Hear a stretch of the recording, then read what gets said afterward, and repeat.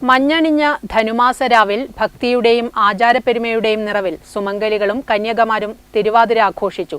പയ്യന്നൂർ ശ്രീ നമ്പ്യാത്രകോവിൽ ശിവക്ഷേത്രത്തിൽ നടന്ന തിരുവാതിരക്കളി ക്ഷേത്രത്തിലെ ഭക്തിസാന്ദ്രമായ മറ്റ് ചടങ്ങുകൾക്ക് മാറ്റുകൂട്ടി. കുടുംബത്തിന്റെ ഐശ്വര്യത്തിനും ഭർത്താവിന്റെ ദീർഘായുസ്സിനുമായി സ്ത്രീകൾ അനുഷ്ഠിക്കുന്ന ഏറ്റവും പ്രധാനപ്പെട്ട വ്രതങ്ങളിലൊന്നാണ് ധനുമാസത്തിലെ തിരുവാതിര. ധനുവിലെ അശ്വതി നക്ഷത്രം മുതൽ പുണർദം വരെയുള്ള 7 നാളുകളാണ് ഈ വ്രതം നീണ്ടു നിൽക്കുന്നത്. മംഗല്യഭാഗ്യത്തിനും ദാമ്പത്യ സൗഖ്യത്തിനും ശിവപാർവതി പ്രീതിക്കായാണ് ഈ അനുഷ്ഠാനം നടത്തുന്നത്.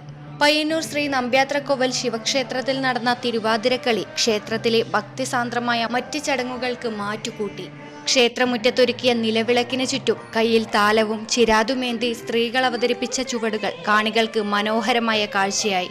മുതിർന്നവരും കുട്ടികളുമടക്കം നിരവധി ടീമുകളാണ് തിരുവാതിരക്കളിയിൽ പങ്കെടുത്തത്.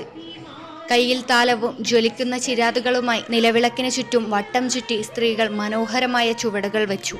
പ്രായഭേദമന്യേ നിരവധി സ്ത്രീകൾ ഈ കലാരൂപത്തിന്റെ ഭാഗമായി.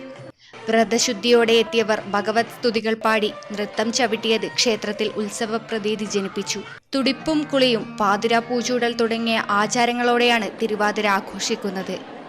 ചടങ്ങുകളുടെ ഭാഗമായി നടന്ന തിരുവാതിരക്കളിയിൽ നിരവധി സ്ത്രീകൾ പങ്കാളികളായി. പയ്യന്നൂരിലെ സാംസ്കാരിക കൂട്ടായ്മകളും ഭക്തജനങ്ങളും ഒത്തുചേർന്നതോടെ പയ്യന്നൂർ നമ്പ്യാത്രകോവിൽ ശിവക്ഷേത്രത്തിലെ ഇത്തവണത്തെ തിരുവാതിര ആഘോഷം അവിസ്മരണീയമായി മാറി. Network news, Payyanur.